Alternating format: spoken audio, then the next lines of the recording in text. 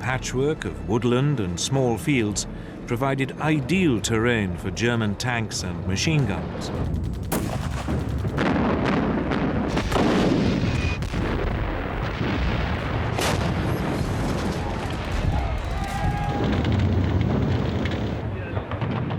The Allies suffered heavy casualties.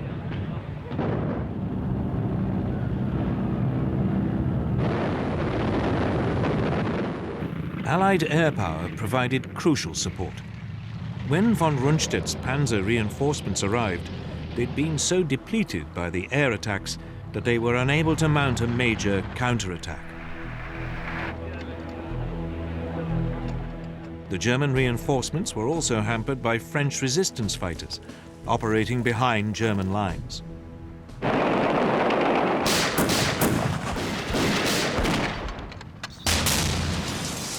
They ambushed troop convoys and blew up bridges. As a result, the Das Reich SS Panzer Division took over 2 weeks to make a journey which should have lasted a mere 3 days. Its troops took out their fury on the French civilian population.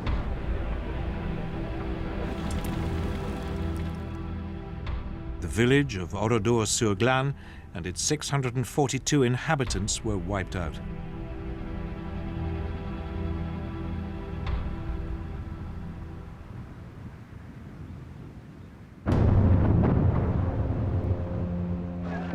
After 4 days of fighting, all the Allied beachheads were finally able to link up.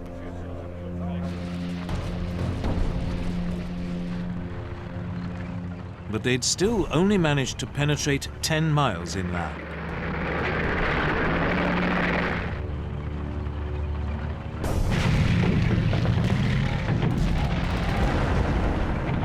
Eventually, 6 days after the landing, the British commander, General Montgomery, launched a major assault on the strategically important town of Caen.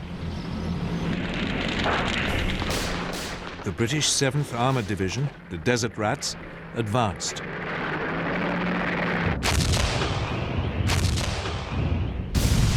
But its spearhead ran into 4 German Tiger tanks.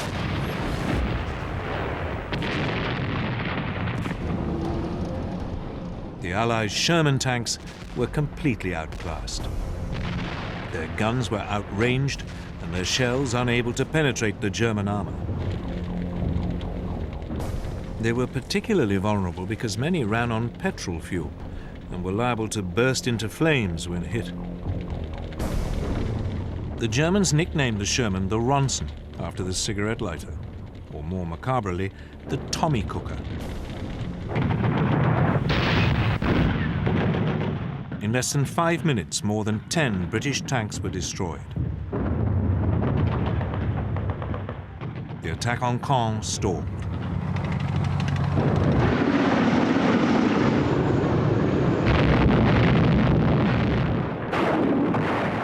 Outmatched by the German tanks, the Allies relied on air power and artillery.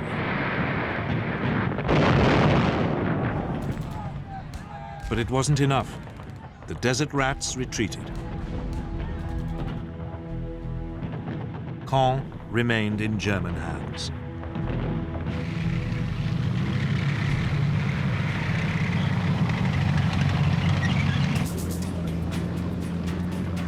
Meanwhile, further west, US forces advanced on the equally important port of Cherbourg.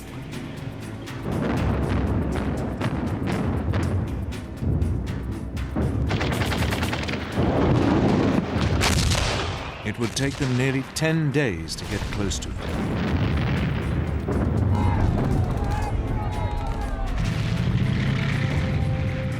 They weren't helped by the weather.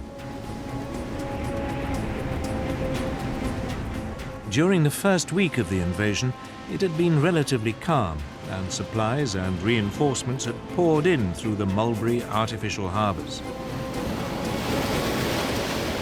But now the weather turned. Gales swept the English Channel. The US Mulberry Harbor at Omaha was destroyed. The other Mulberry, in the British sector, was badly damaged and put out of action for several days. The flow of reinforcements slowed. It meant the port of Cherbourg was an even more vital objective.